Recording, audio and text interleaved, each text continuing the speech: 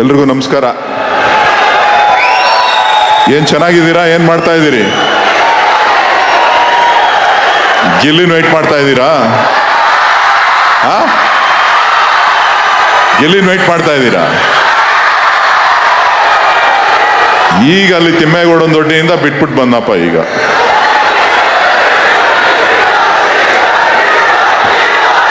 Big boss ಏನೇ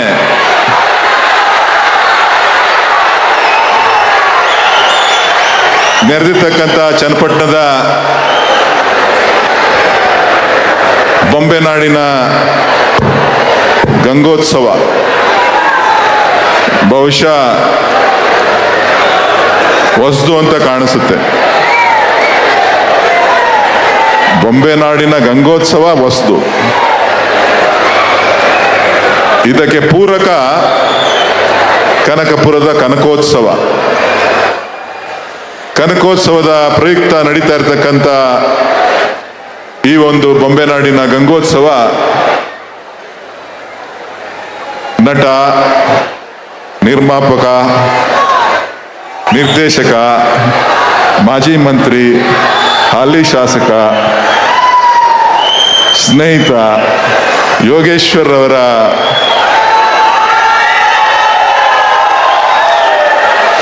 ನೇತೃತ್ವದಲ್ಲಿ ಕಳೆದ ಒಂದು ತಿಂಗಳಿಂದನೂ ಕೂಡ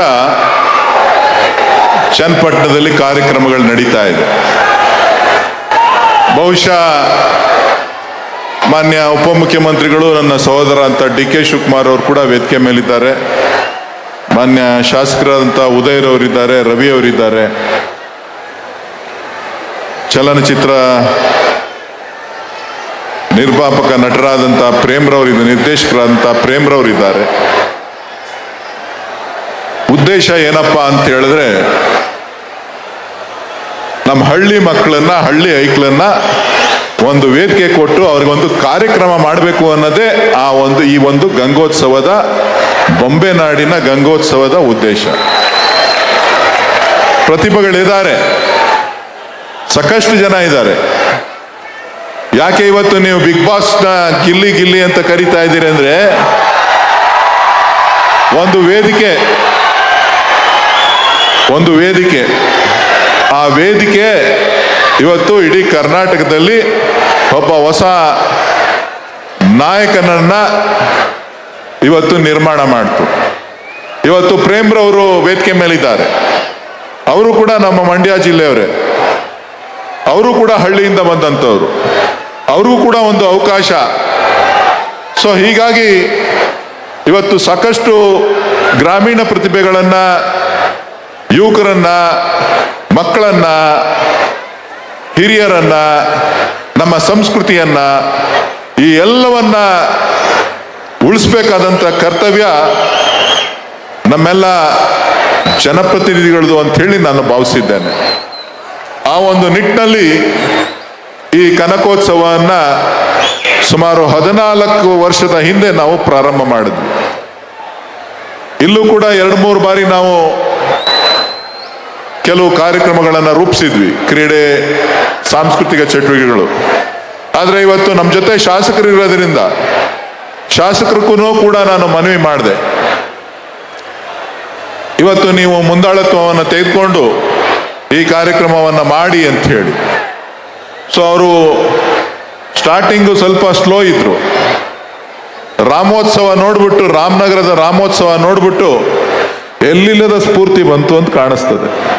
ಇಲ್ಲ, ನಾನು ಇದಕ್ಕೆ ಒಂದು ಹೊಸ ಬಣ್ಣ ಕೊಡಬೇಕು ಅಂತ ಹೇಳಿ ಇವತ್ತು ಬಹಳ ಅದ್ಧೂರಿಯಾಗಿ ಕಳೆದ 3 ದಿನಗಳಿಂದ ಈ ಚನ್ನಪಟ್ಟಣದ ಉತ್ಸವವನ್ನ, ಹಬ್ಬವನ್ನ ತಾಲೂಕಿನ ಎಲ್ಲ ನಾಗರಿಕರನ್ನ ಜೊತೆಗೂಡಿಸಿ ಮಾಡ್ತಾ ಇರ್ತಕ್ಕಂಥ ಈ ಒಂದು ಶುಭ ಸಂದರ್ಭದಲ್ಲಿ ಸಂಪೂರ್ಣವಾದಂಥ ಜವಾಬ್ದಾರಿ ನಮ್ಮ ಮೇಲಿದೆ.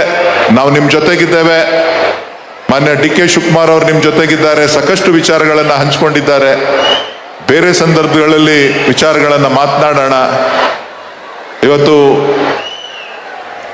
ಸಂಗೀತ ರಸಮಂಜರಿ ಕಾರ್ಯಕ್ರಮ ಇದೆ.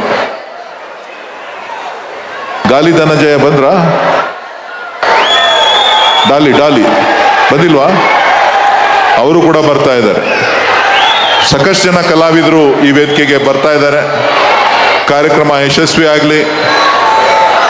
ಇನ್ನು ಮುಂದಕ್ಕೆ ಶಾಸಕರು, ನಮ್ಮೆಲ್ಲ ನಾಯಕರುಗಳು ಸೇರಿ ಇನ್ನೂ ಹೆಚ್ಚಿನ ರೀತಿಯಲ್ಲಿ ಈ ಕಾರ್ಯಕ್ರಮಕ್ಕೆ, ಈ ತಾಲೂಕಿನ ಹೊಸ ಪ್ರತಿಭೆಗಳಿಗೆ, ಮೊನ್ನೆ ಕನಕಪುರದಲ್ಲಿ ಕ್ರಿಕೆಟ್ ಫೈನಲ್ಸ್ ಆಯಿತು ಜಿಲ್ಲಾ ಮಟ್ಟದ್ದು. 2 ಪ್ರೈಸು, ಫಸ್ಟ್ ಪ್ರೈಸು ಅವರೇ ಗೆದ್ರು, ಚನ್ನಪಟ್ಟಣದವರೇ ಸೆಕೆಂಡ್ ಪ್ರೈಸು ಅವರೇ ಗೆದ್ರು. ಮಳೂರು ಮೊದಲನೇ ಬಹುಮಾನ ಗೆದ್ರು, ಕೋಡಂಬಳ್ಳಿಯವರು 2ನೇ ಬಹುಮಾನವನ್ನ ಗೆದ್ರು. ನನ್ನ ಉದ್ದೇಶ ಯಾರು ಗೆಲ್ತಾರೆ ಅಂತಲ್ಲ, ಅವಕಾಶಗಳು, ವೇದಿಕೆಗಳು ಸೃಷ್ಟಿಯಾದಾಗ ಅವ್ರಿಗೆ ಸ್ಫೂರ್ತಿ ಬರ್ತದೆ. ಅವಕಾಶಗಳು ಸಿಕ್ಕಿದಾಗ ಅವರ ಪ್ರತಿಭೆಗಳನ್ನು ತೋರಿಸ್ಲಿಕ್ಕೆ ಅನುಕೂಲ ಆಗ್ತದೆ. ಆ ಒಂದು ನಿಟ್ಟಿನಲ್ಲಿ ನಾವು ಕಾರ್ಯಕ್ರಮಗಳನ್ನು ರೂಪಿಸಿದ್ದೇವೆ. ನನ್ನ ಮನವಿ, ತಾವೆಲ್ಲರೂ ಕೂಡ 28ನೇ ತಾರೀಕಿನಿಂದ 1ನೇ ತಾರೀಕಿನವರೆಗೂ 5 ದಿನಗಳ ಕಾಲ ಕನಕೋತ್ಸವ ಬೆಳಗ್ಗೆ 5:30 ರಾತ್ರಿ 12 ಗಂಟೆವರೆಗೂ ನಿರಂತರವಾಗಿರ್ತದೆ. ತಾವು ದಯವಿಟ್ಟು ಇದನ್ನೇ ಆಹ್ವಾನ ಅಂತ ತಿಳ್ಕೊಂಡು ತಾವೆಲ್ಲರೂ ಕೂಡ ಬಂದು ಭಾಗವಹಿಸಿ ಕಾರ್ಯಕ್ರಮವನ್ನ, ರಸದೌತಣವನ್ನ, ಪ್ರತಿಭೆಗಳಿಗೆ ಪ್ರೋತ್ಸಾಹ ಕೊಡ್ತಕ್ಕಂಥ ಕೆಲಸವನ್ನ ತಾವೆಲ್ಲರೂ ಕೂಡ ಮಾಡಬೇಕು ಅಂತ ಹೇಳಿ ನಾನಾದ್ರೂ ಆಶಿಸ್ತಾ, ನೀವೆಲ್ಲ ನಂದಿನಿ ಹಾಲ್ಮಾರು ಅಂತೇಳಿ ನನಗೆ ಅವಕಾಶ ಕೊಟ್ಟಿದ್ದೀರಿ. ಚನ್ನಪಟ್ಟಣ ತಾಲೂಕಿನವರು ಅತಿ ಹೆಚ್ಚು ಹಾಲನ್ನ, ಈ ರಾಜ್ಯದಲ್ಲಿ ಅತಿ ಹೆಚ್ಚು 2ನೇ ಹಾಲನ್ನ ಪ್ರೊಕ್ಯೂರ್ ಮಾಡ್ತಾ ಇರ್ತಕ್ಕಂಥ ರೈತರು ಇಲ್ಲಿದ್ದಾರೆ. 2ನೇವರಪ್ಪ ಇಲ್ಲ ಬಿಡು, ನಾನು ಹಂಗೆಲ್ಲ ಸುಳ್ಳು ಹೇಳಲ್ಲ. 2ನೇವರು 1ನೇವ್ರು ಆಗಬೇಕು ಅಂತ ಹೇಳಿ ನಾವು ಪ್ರಯತ್ನವನ್ನ ಮಾಡ್ತಾ ಇದ್ದೇವೆ. ಸ್ವಲ್ಪ ಡಿಫರೆನ್ಸ್ ಭವಿಷ್ಯ ಈಗ ಹೇಳ್ತಾವೆ ಸ್ವಲ್ಪ ಡಿಫರೆನ್ಸ್ ಅಂತ. ಬಹುಶಃ ಇನ್ನು ಸ್ವಲ್ಪ ದಿನದಲ್ಲೇ 1ನೇ ಸ್ಥಾನದಲ್ಲಿ ಚನ್ನಪಟ್ಟಣ ತಾಲೂಕು ಇರ್ತದೆ. ನಾನು ಕೇಳೋದಿಷ್ಟೇ, ಹಾಲು ಮಾತ್ರ ಹಾಕೋದಲ್ಲ, ಹಾಲಿನ ಎಲ್ಲ ಉತ್ಪನ್ನಗಳನ್ನ, ನಂದಿನಿಯ ಎಲ್ಲ ಉತ್ಪನ್ನಗಳನ್ನ ಬಳಸ್ತಕ್ಕಂಥ ಕೆಲಸವನ್ನ ಮಾಡೋದ್ರ ಮುಖಾಂತರ ರೈತರಿಗೆ ಶಕ್ತಿ ತುಂಬುವಂತ ಕೆಲಸ, ಕರ್ನಾಟಕದ ನಮ್ಮ ಹೆಮ್ಮೆಯ ಬ್ರ್ಯಾಂಡ್ ನಂದಿನಿಯನ್ನ ಬೆಳೆಸಿ ಅಂತ ಹೇಳಿ ಮತ್ತೊಮ್ಮೆ ತಮ್ಮಲ್ಲಿ ಕೈ ಮುಗಿದು ಪ್ರಾರ್ಥಿಸ್ತಾ, ತಮ್ಮೆಲ್ಲರಿಗೂ ಕೂಡ ಶುಭವನ್ನ ಕೋರಿ ಕರಿತೀನಿ. ಯಾರನ್ನ? ಗಿಲ್ಲಿ ನಟನನ್ನ. ಓಕೆ, ಎಲ್ರಿಗೂ ಧನ್ಯವಾದಗಳು, ನಮಸ್ಕಾರ. ಹೆಚ್ಚಿನ ವಿಡಿಯೋಗಳಿಗೆ ಪ್ರತಿಧ್ವನಿ ಯೂಟ್ಯೂಬ್ ಚಾನೆಲ್ ಸಬ್ಸ್ಕ್ರೈಬ್ ಮಾಡಿ, ಬೆಲ್ ಐಕಾನ್ ಕ್ಲಿಕ್ ಮಾಡಿ.